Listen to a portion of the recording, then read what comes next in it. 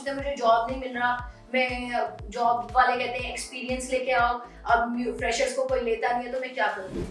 अब प्लेटफॉर्म की बात करें, कंटेंट रखेंगे, किस प्लेटफॉर्म से स्टार्ट करना चाहिए? अभी तक मेरी कोई 1000+ वीडियोस हैं, लाखों स्टूडेंट्स हैं। जब बंदा एक कदम बढ़ाता है कामयाबी की तरफ तो बाकी रास्ते खुद ही खुलते जाते हैं। जैसे किसी ने अभी रिसेंट कहा मेरे अकाउंट में कोई पैसे भेजता रहा, तो ऐसा नहीं होगा, कोई भी नहीं भेजेगा, हमें ऐसा कोई भी नहीं आने वाला।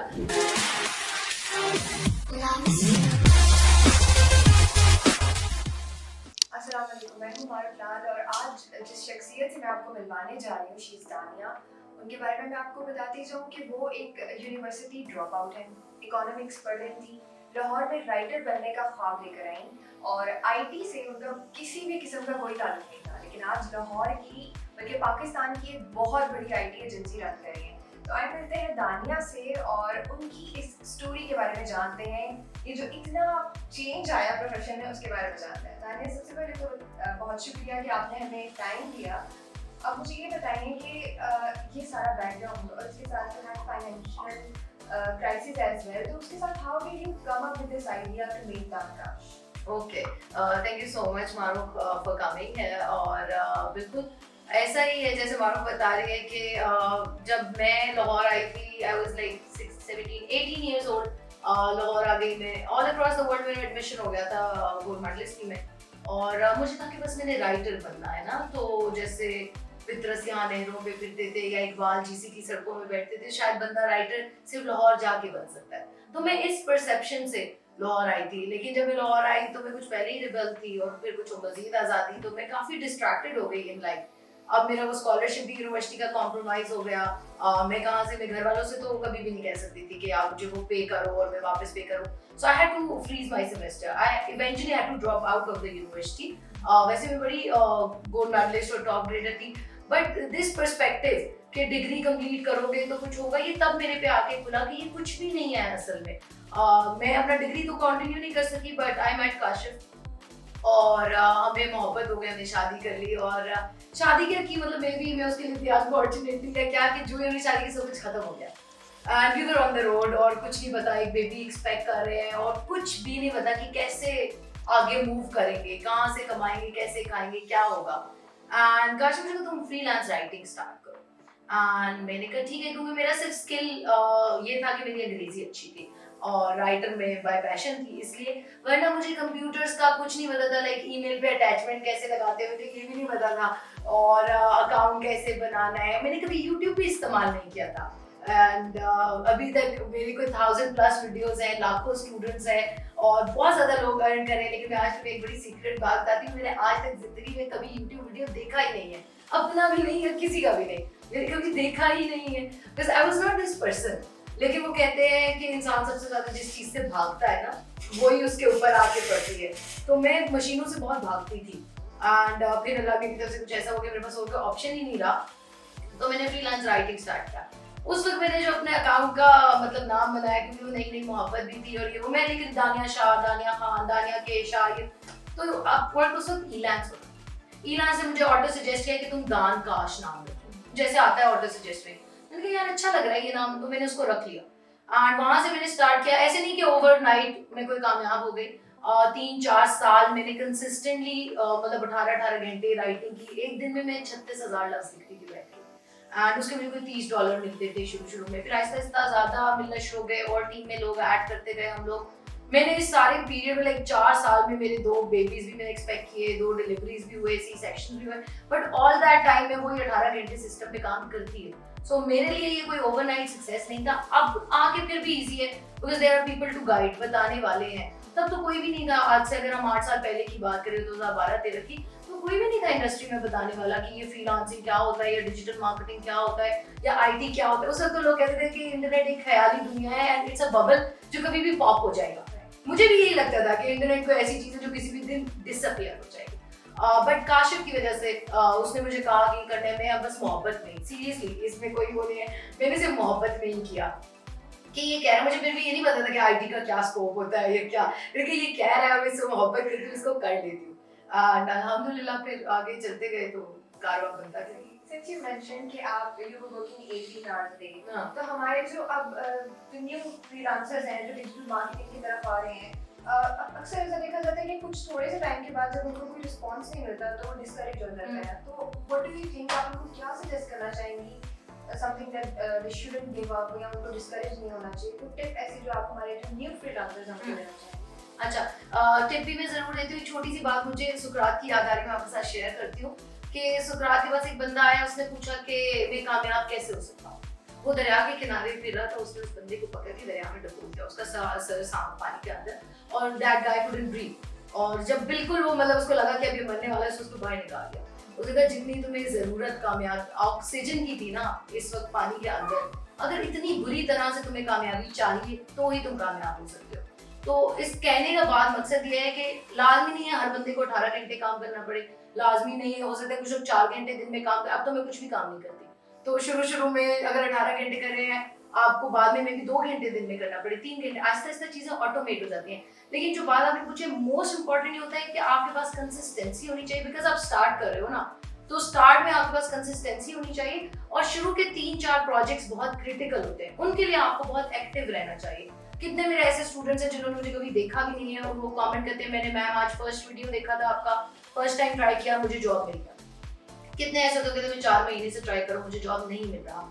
तो पर्सन टू पर्सन वेरी भी करता है, लेकिन अगर एक तरीका और सलीका एक्सपर्ट्स ने बता दिया हुआ है ना कि ये प्रॉब्लम है, इसको आइडेंटिफाई करना है, क्लाइंट को किस तरह हुक करना है, आपकी जॉब में क्या चीजें लिखी होनी चाहिए, आपका कम्युनिकेशन किस किस्म का होना, तो अगर आप उन स्टेप्स को फॉलो कर रहे हैं और फिर उसके बाद आप एक्ट कर रहे हैं कंसिस्टेंटली, तो फिर देयर इज नो रीजन कि आपको जॉब नहीं मिलेगा। लेकिन अगर आपको स्टार्ट में नहीं भी मिल रहा ना, तो आपने ये नहीं कभी भी ये नहीं सोचना कि कोई ओवरनाइट सक्सेस है दुनिया में। आपने बस ये अपना माइंडसेट रखना है, एक बिलीफ सिस्टम बहुत ज्यादा जरूरी होता है कि बस मुझे मिलेगा। इसको लॉ ऑफ अट्रैक्शन भी कहते हैं, सदियों से एक कॉन्सेप्ट चल रहा है कि आपने जो भी जॉब पे बिड करना है ना, आपने ये समझ के बिड करना है कि मुझे मिलेगा, I will get this job, and फिर आप उसको प्रॉपर इंस्ट्रक्शंस के साथ फॉलो करें। एंड अगर नहीं होता तो फिर आप किसी से पूछ लें, इंडस्ट्री में इतने एक्सपर्ट्स हैं, फिर भी पूछ लें कि मैं कहाँ गलती कर रहा हूँ, मैं क्या मिस आउट कर रहा हूँ। आपने क्लाइंट को हुक करने की बात की, तो since there so many platforms, अब हमारे पास फ्रीलांसिंग के बहुत से प्लेटफॉर्म्स हैं, और प्लेटफॉर्म्स होने के वजह से ज़्यादा प्लेटफॉर्म्स हैं और बहुत सैचुरेटेड भी हैं। तो what do you think, what should one do to make their bid attractive? अच्छा, सबसे मोस्ट इम्पॉर्टेंट बात जो मैं हमेशा अपने स्टूडेंट्स को बताती हूँ वो ये है कि हर बंदा अपने प्रॉब्लम में इंटरेस्टेड होता है। हर बंदा का मसला उसका ज़ाती मसला है और वो उसी का हल चाहता है, वो आपका मसला या आपकी बुराई नहीं सुनना चाहता। अक्सर लोगों को मैंने देखा वो इस तरह लिखते हैं कि I am an expert designer, I have 8 years of experience, I have done this and this and मैं पता नहीं ऐसा फने खान हूँ। Nobody cares कि आप कौन है।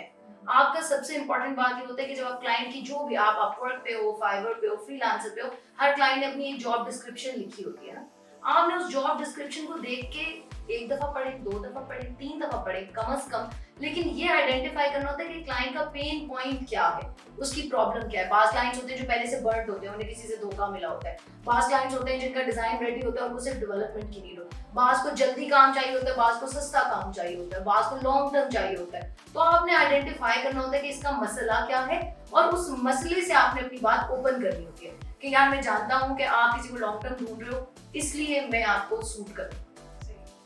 अच्छा, कुछ लोग तो ऐसे हैं जिनको प्लेटफॉर्म पे ये मसला है गीक को अट्रैक्टिव बनाने के लिए, but there are also people जिनको बिल्कुल नहीं पता कि स्टार्ट कहाँ से करना है। So what would you like to tell them? अच्छा, ये हमारे पास भी बहुत अल्हम्दुलिल्लाह लाखों की ट्रैफिक आती है और सबसे ज्यादा कोई 60 to 70% लोगों का यही मसला होता है कि मैं स्टार्ट कहाँ से लूँ, मुझे यही नहीं पता कि मैंने किस स्किल को सिलेक्ट करना है या मैंने कैरियर करना है या मैंने बिजनेस करना है। तो इसको हमने भी शुरू में बहुत फेस किया। अल्हम्दुलिल्लाह अब 3 साल से दानकाश ऑफिशियली ऑपरेशनल है और बहुत लोगों का ये हमारे पास क्वेश्चन आया, तो हमने काशिफ जो कि मेरे पार्टनर हैं, उनका 20 इयर्स का एक्सपीरियंस है, 10 इयर्स का इस इंडस्ट्री में, तो उन्होंने अपने 20 इयर्स में जो भी चीजें सीखी उन्होंने एक 21 डे का ट्रेनिंग प्रोग्राम बनाया। ठीक है, इट्स अ वर्कशॉप, 3-4 डेज की वर्कशॉप होती है, उसमें आपको 21 डे के एक्शनेबल इंसाइट्स मिलते हैं।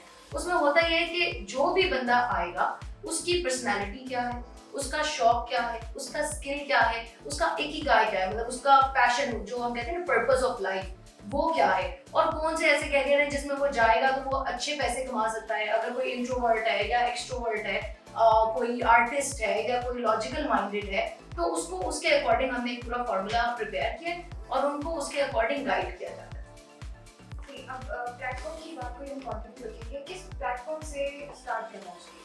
अच्छा, बड़ा अच्छा आपने सवाल पूछा है यार। एक तो नंबर वन में ये कहूंगी कि प्लेटफॉर्म वेरी करता है स्किल टू स्किल। हर बंदा अपवर्क पे नहीं जाए, हर बंदा फाइवर पे नहीं जाए। ग्राफिक डिजाइनर्स है फॉर एग्जांपल, तो वो डिजाइन 99 पे जाएं, वो डिजाइन क्राउड पे जाएं, वो डिजाइन से रेलेवेंट। अगर जो बंदे डाटा एंट्री के हैं तो वो टास्क रैपिड पे, एनी टास्क पे, इस तरह के प्लेटफॉर्म्स पे जाएं। एक तो ये करें कि जो भी आपका स्किल है गूगल पे लिखें, बहुत सिंपल है, लिखें graphic designer freelancing platforms, data entry freelancing platform, जो रेलेवेंट है उस पे जाएं। एक बात। सेकंड बात ये कि जो स्टार्ट करने के लिए सबसे आइडियल है, I would say right now, Fiverr है। फाइवर इजी टू स्टार्ट है। लोगों को लगता है कि फाइवर से $5 गिग है, नहीं, फाइवर से लोग लाखों रुपया कमाते हैं। मेरी एक स्टूडेंट है, वो वॉइस ओवर करती है, 3 साल हो गए उसको अब करते हुए, लेकिन वो 4 लाख रुपया एक महीने का कमा रही है सिर्फ वॉइस ओवर करके फाइवर की गिग से। तो ये अप्रोच नहीं है कि फाइवर कोई चीप प्लेटफॉर्म है, सिर्फ वो $5 एक अट्रैक्टिव बनाने के लिए कि $5 में आपको सर्विस मिल जाएगी, उसके अंदर आप कस्टम पैकेजेस भी सेटअप कर सकते हो, सब कुछ। तो फाइवर आइडियल है बिगिनर्स के लिए जो स्टार्ट करना चाहते हो। सबसे मजे की बात है कि आप कुछ भी गिग बना सकते हो। मैं आपका नाम लिख दूंगा, मैं आपके लिए गाना गा दूंगा, मैं आपके लिए ये डिजाइन कर दूंगा, तो you can create a gig for anything and everything. तो फाइवर से स्टार्ट करें, फाइवर इजी टू रैंक भी है अगर आप उसके स्टेप्स फॉलो करें, बिल्कुल एसईओ से मिलता जुलता है। जिन लोगों को एसईओ का नहीं पता, वो फाइवर की मेरी ट्रेनिंग देख ले जाकर, हमने कंप्लीट गाइड किया हुआ है कि फाइवर पे कैसे रैंक। अच्छा, ये जो ट्रेनिंग आपने मेंशन की, are they available on YouTube? हाँ, it is available on YouTube, it is available for free, कोई भी इसको ज्वाइन कर सकता है। That's very important. Mostly people like to go to YouTube and find free things. They're all technical people. तो हम skills की बात करेंगे, कौन से स्किल्स हैं जो बहुत इंपॉर्टेंट है फ्रीलांसिंग के लिए? अच्छा, स्किल सारे ही अच्छे होते हैं, लेकिन जो आने वाले दौर में मतलब 2021 22 ऑनवर्ड्स जो इम्पोर्टेंट स्किल्स हैं, पहले हम उनकी बात कर लेते हैं। जैसे कि marketing, digital marketing, social media marketing, e commerce, Pinterest marketing, Instagram marketing, Instagram strategy बहुत हॉट है, Facebook groups, Facebook marketing, AR VR, editing, graphic design and artificial intelligence, blockchain and Shopify. ये कुछ ऐसे स्किल्स हैं जिनकी demand है और मजीद बढ़ती ही जा रही है। तो इनमें से किसी की भी तरफ बंदा चला जाए अपनी पर्सनालिटी को सूट करते हुए, तो अभी जैसे आपने जितने भी स्किल्स मेंशन किए, बहुत से लोग ऐसे हैं जिनको ये लगता है कि अगर वो आईटी से ताल्लुक नहीं रखते तो may be they can not get into freelancing. You're a live example, you're a living example and a very nice example of it. तो आप उन लोगों को क्या कहना चाहेंगे? Can they like get into freelancing without having anything, any background in IT? हाँ बिल्कुल, यू कैन गेट इनटू। अच्छा, थोड़ा सा मैं यहाँ क्लियर कर देती हूँ कि फ्रीलांसिंग के लिए आपके पास स्किल होना जरूरी है। स्किल होगा, आप उसे फ्रीलांस करोगे, लेकिन इंटरनेट पे पैसा कमाने के लिए आपके पास लाजमी नहीं कि आप फ्रीलांसिंग ही चूज करो। आप डिजिटल मार्केटिंग भी चूज कर सकते हो, आप अफिलिएट मार्केटिंग चूज कर सकते हो। अफिलिएट क्या होता है? आपकी अपनी प्रोडक्ट भी नहीं है, सर्विस भी नहीं है, बस आपका थोड़ा सा इन्फ्लुएंस है, आपके फॉलोअर्स हैं, आप कमीशन बेस पे लोगों की प्रोडक्ट्स और सर्विसेज बेचना शुरू कर देते हो। तो पहली बात तो ये है कि फ्रीलांसिंग के लिए स्किल चाहिए। ओवरऑल आईटी में और भी बहुत सारे तरीके हैं जिनके थ्रू अर्निंग हो सकती है। सेकंड बात ये कि बिल्कुल भी जरूरी नहीं है कि आपका आईटी से कोई बैकग्राउंड हो या कोई लेना देना हो। एक तो होता है बंदे को शौक होता है, वो उसके लिए करता है, तो वो आईटी को आप सिर्फ एक टूल समझो कि मेरा शौक है डिजाइन, मतलब कोई औरत खाने अच्छे बनाती है तो अपना फेसबुक इंस्टाग्राम पे बहुत अच्छे पैसे अर्न कर लेती है। बहुत सारी ऐसी खवातीन हैं जिनको मैं जानती हूँ जो बुटीक से या घर का खाना बना के या मेकअप ट्यूटोरियल्स बना के वो इतनी अच्छी अर्निंग कर रहे हैं। So makeup tutorial has got nothing to do with 1 क्या है और 0 क्या है, बाइनरी क्या है, उसे सिर्फ यूट्यूब चैनल बनाना है अपना। सो हर बंदे के लिए इंटरनेट को आप सिर्फ एक टूल समझे, क्योंकि एक ऐसा टूल है जो अब हमारी आने वाली जिंदगियों में लाजिम हो चुका है। फेसबुक, इंस्टाग्राम वगैरह तो साइलेंटली हमारे पार्टनर्स बन ही चुके हैं। एक कंसिस्टेंट हमारी डेली रूटीन में एक बंदा दिन में 3 घंटे कम से कम अपने फोन के ऊपर टाइम स्पेंड करता है। तो फिर जब एक चीज है ही और हम उसके आदी भी हो चुके हैं, तो फिर उसको अपने फायदे के लिए क्यों ना इस्तेमाल। अच्छा, नाउ आई आस्क यू कि जो हमारी लोकल मार्केट है उसके लिए क्या रिक्वायरमेंट्स है और इंटरनेशनल मार्केटिंग के लिए क्या, मार्केट के लिए क्या रिक्वायरमेंट्स हैं? अच्छा, क्या होनी चाहिए? ठीक है। लोकल मार्केट के लिए तो यू कैन स्टार्ट, अगर आपके पास कोई भी स्किल है डिजाइन का, राइटिंग का, वॉइस ओवर का, वेबसाइट का, तो आप फेसबुक ग्रुप सबसे ज्यादा बेहतरीन चीज है कि डिफरेंट ग्रुप्स ज्वाइन कर लो उससे रेलेवेंट, और वहां पे जाके स्टार्ट करो, लोग आपको मिल जाएंगे। अपने फ्रेंड्स में वो लोग पूछते हैं मुझे जॉब नहीं मिल रहा, मैं जॉब वाले कहते हैं एक्सपीरियंस लेके आओ, अब फ्रेशर्स को कोई लेता नहीं है तो मैं क्या करूँ। तो यार आप ये करो कि आपकी कॉन्टेक्ट लिस्ट में 450-500 लोग तो होते हैं, आप सबको मैसेज कर दो। किसी को लोगो चाहिए, कुछ भी नहीं होगा, मैसेज करने से आपकी क्या इज्जत कम हो जाएगी, कुछ हो जाएगा, नहीं कुछ नहीं होगा। तो आप सबको मैसेज कर दो कि किसी को लोगो चाहिए, तो किसी को तो चाहिए होगा।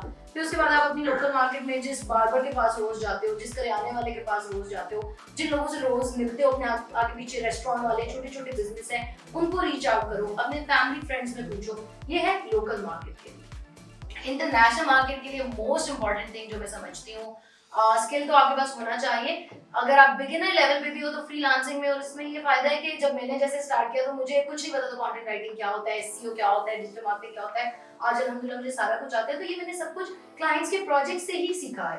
फ्रीलांसिंग में एक फायदा ये है कि आपकी ऑन द गो लर्निंग होती है। अगर आपका स्किल है थोड़ा बहुत भी, तो आप as a beginner sign up करो। लोगों को मिसगाइड ना करो कि मैं एक्सपर्ट हूँ जबकि आप बिगिनर हो। आप बताओ कि मैं बिगिनर हूँ, काम लेना शुरू करो और सीखते जाओ। एंड मोस्ट इंपॉर्टेंटली आप अपने कम्युनिकेशन पे काम करो।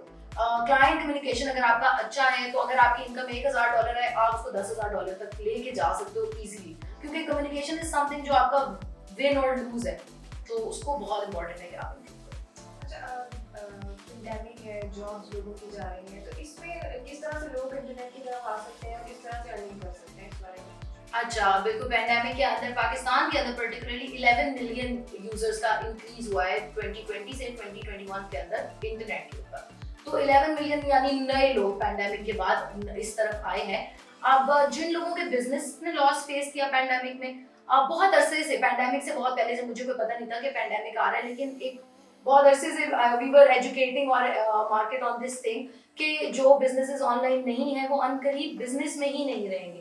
तो पेंडेमिक में हमने ऑब्जर्व किया कि जैसे पॉपअप लर्निंग है और इस तरह कुछ छोटे छोटे बिजनेसेस जो इंटरनेट पे एड्स वगैरह चला रहे थे या सर्विस प्रोवाइड कर रहे थे, उनके पास इतने ऑर्डर्स और इतनी मतलब इंक्वायरीज आ रही थी कि वो डील ही नहीं कर पा रहे थे। उनके पास इतनी टीम ही नहीं थी कि उसको डील कर पाए।